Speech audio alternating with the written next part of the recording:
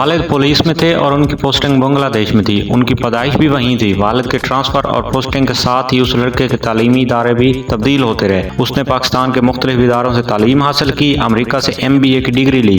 Career का आगाज 700 रुपए माहाना बतौर लेक्चरार से किया। बैंक में भी नौकरी की। 1978 में 3 कमरों के एक छोटे से घर में रहते थे। लोधरा में फौजियों को आधा आधा मुरब्बा जमीन अलाट की गई। ये बंजर जमीन थी जो किसी काम की नहीं थी। उसने आहिस्ता आहिस्ता ये जमीन खरीदनी शुरू कर दी और उस पर मेहनत शुरू कर दी। आइंदा 25 से 30 सालों में वो फौजियों से सारी जमीन खरीद चुका था। यहाँ उन्होंने 1250 एकड़ जमीन खरीदी। अब वो पाकिस्तान का टॉप बिजनेसमैन है। सालाना अरबों रुपए का टैक्स देता है। कई बार वो पाकिस्तान का सबसे ज्यादा टैक्स देने वाला शहरी भी रहा है। ये कहानी जहांगीर तरीन की है, जिन्होंने एक नई सियासी पार्टी भी बनाई है। मुतवस्सित घराने में आंख खोलने वाले जहांगीर तरीन अपने प्राइवेट जेट तैयारों में घूमते हैं। पाकिस्तान में वो सबसे ज्यादा शुगर मिलों के मालिक हैं। उनकी आमदन इतनी ज्यादा है कि उनको याद ही नहीं रहता कि वो कितना कमाते हैं। जहांगीर तरीन अपनी कामयाबी का राज बताते हैं कि उन्होंने रिस्क में बहुत ज्यादा काम किया, वो पीछे नहीं हटे। जहांगीर तरीन ने ऐसे फैसले किए जो लोगों ने कहा कि ये गलत हैं, मगर बाद में वो सारे दुरुस्त साबित हुए। वो बिजनेस से पैसा तो कमाते ही हैं, मगर शौक उनको काश्तकारी का है। ये इंतहाई पढ़े लिखे लोगों को अपने फार्म्स पर मुलाजमतों पर रखते हैं ताकि वो दौर जदीद के तकाजों के ऐन मुताबिक ही काश्तकारी कर सकें। जहांगीर तरीन अपनी किस्मत और मेहनत पर यकीन रखते हैं। जहांगीर तरीन का ताल्लुक किसी सियासी खानदान से नहीं है, अलबत्ता उनकी शादी एक सियासी खानदान में जरूर हुई। साबिक गवर्नर पंजाब और पीपल्स पार्टी के रहनुमा मखदूम अहमद महमूद उनके बिरादर इन ला हैं। जहांगीर तरीन उन्हीं की वजह से सियासत में आए। उनका सियासत में आना भी एक हादसा था। मखदूम अहमद महमूद रहीम यार खान के नाजिम थे। 2002 में इलेक्शन नहीं लड़ सकते थे। उन्हें MNA के लिए एक काबिल एतमाद आदमी की जरूरत थी। उन्होंने इसके लिए जहांगीर तरीन का इंतखाब किया। वो मुस्लिम लीग काफ से रुकन कौमी असम्बली मुंतखब हुए। परवेज इलाही की हुकूमत बनी तो उनके साथ पंजाब में भी काम किया। बाद में वफाक में चले गए, वहाँ उन्हें सनत का वजीर बना दिया गया। 2008 के इलेक्शन से पहले परवेज मुशर्रफ के अरूज को जवाल आ चुका था। बहुत से लोग काफ लीग छोड़ चुके थे। जहांगीर तरीन ने भी पार्टी छोड़ दी और मुस्लिम लीग फंक्शनल में शामिल हो गए। एक बार फिर रुकने कौमी असम्बली मुंतखब हुए। बाद में उन्होंने फंक्शनल लीग में फॉरवर्ड ब्लॉक बना लिया जो तरीन ग्रुप के नाम से मशहूर हुआ। जहांगीर तरीन शहबाज शरीफ के साथ भी काम करते रहे। एक बार उनके खाने पर शहबाज शरीफ से मुलाकात हुई। लोगों ने तारुफ करवाया और कहा कि ये ज़राअत में बहुत अच्छा काम कर रहे हैं। शहबाज शरीफ ने उनको अगले ही दिन मीटिंग में बुला लिया और कहा कि वो उनके लिए काम करें। 2011 में जहांगीर तरीन ने कौमी असम्बली से इस्तीफा दे दिया। अब ये अपनी पार्टी बनाने पर काम कर रहे थे।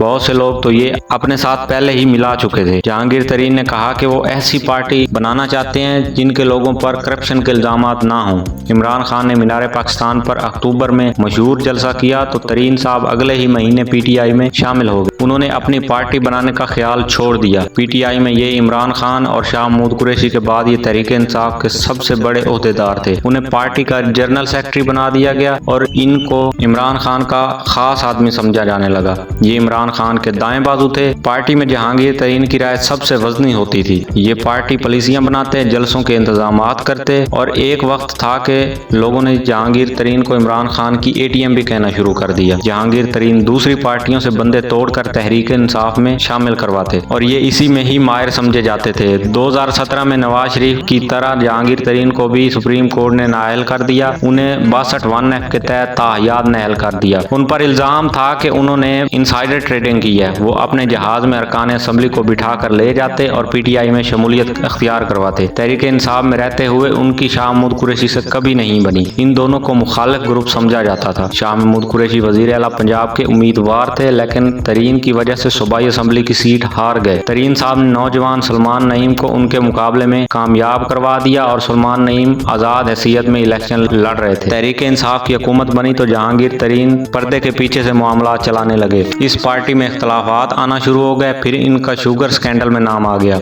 उन्हीं की बेटियों के खिलाफ जब उन्हीं की हुकूमत की सरपरस्ती में FIA ने इंक्वायरियां शुरू की तो जहांगीर तरीन खुड्डे लाने लग गए। बाद में उनको इमरान खान से बहुत सारे गिले शिकवे हो गए और दूरियां बढ़ती गईं। ये दूरियां इतनी ज्यादा हो गईं कि तहरीक इंसाफ की हुकूमत बनाने वाले जहांगीर तरीन ने एक नई पार्टी बना डाली। इसी तरीन ग्रुप ने इमरान खान की हुकूमत गिराने में एक अहम काम सर अंजाम दिया। कुछ अरसा खामोश रहने के बाद अब जहांगीर तरीन अपनी सियासी पार्टी बना चुके हैं जिसका नाम इस्तेहकाम पाकिस्तान है। तहरीक इंसाफ की तरफ से इल्जाम लगाया जाता है कि उन्हें एस्टेब्लिशमेंट की सपोर्ट हासिल है। जहांगीर तरीन को 3 बार वजीर आजम बनने की पेशकश भी की गई है। इनकी इस पार्टी में तहरीक इंसाफ के چھوڑنے والے لوگ شامل ہیں۔ اس میں ایسے لوگ بھی شامل ہیں جو 9 مئی کے واقعات کے بعد مکمل طور پر تحریک انصاف چھوڑ چکے ہیں۔ ان میں فواد چودھری، علی زیدی، عمران اسماعیل بھی شامل ہیں۔ عبدالعلیم خان بھی اسی پارٹی میں۔ عام طور پر یہ کہا جاتا تھا کہ تحریک انصاف پر کبھی بھی مشکل وقت آیا تو یہ لوگ پارٹی کے پلرز ہیں، پارٹی کو سنبھال لیں گے اور کبھی بھی عمران خان کا ساتھ نہیں چھوڑیں گے۔ تحریک انصاف والے جہانگیر ترین کی پارٹی کا مذاق اڑاتے ہیں اور کہتے ہیں کہ ان کے پاس نہ ووٹرز ہیں، نہ سپورٹرز ہیں اور نہ ہی کارکن۔ کہا جاتا ہے کہ جہانگیر ترین نے امیدوار تو دے دیے ہیں، اب ووٹر بھی آ جائیں گے۔ کیا جہانگیر ترین کے استحکام پاکستان پارٹی ملک میں گیم چینجر ثابت ہوگی؟ کیا نئے الیکشن میں تنہا حکومت بنانے میں یہ پارٹی کامیاب ہو جائے گی یا کسی اور پارٹی کے ساتھ اتحاد کرے گی؟ یہ آنے والا وقت ہی بتا سکتا ہے، کیونکہ ابھی تو پارٹی شروع ہوئی ہے۔ تو ناظرین، اس طرح کی پوری اسرار سٹوریز لے کر آپ کی خدمت میں حاضر ہوتا رہوں گا۔ تب تک کے لیے اپنے میزبان سجاد نظر کو 80 پوائنٹ سے اجازت دیجیے گا۔ اللہ حافظ۔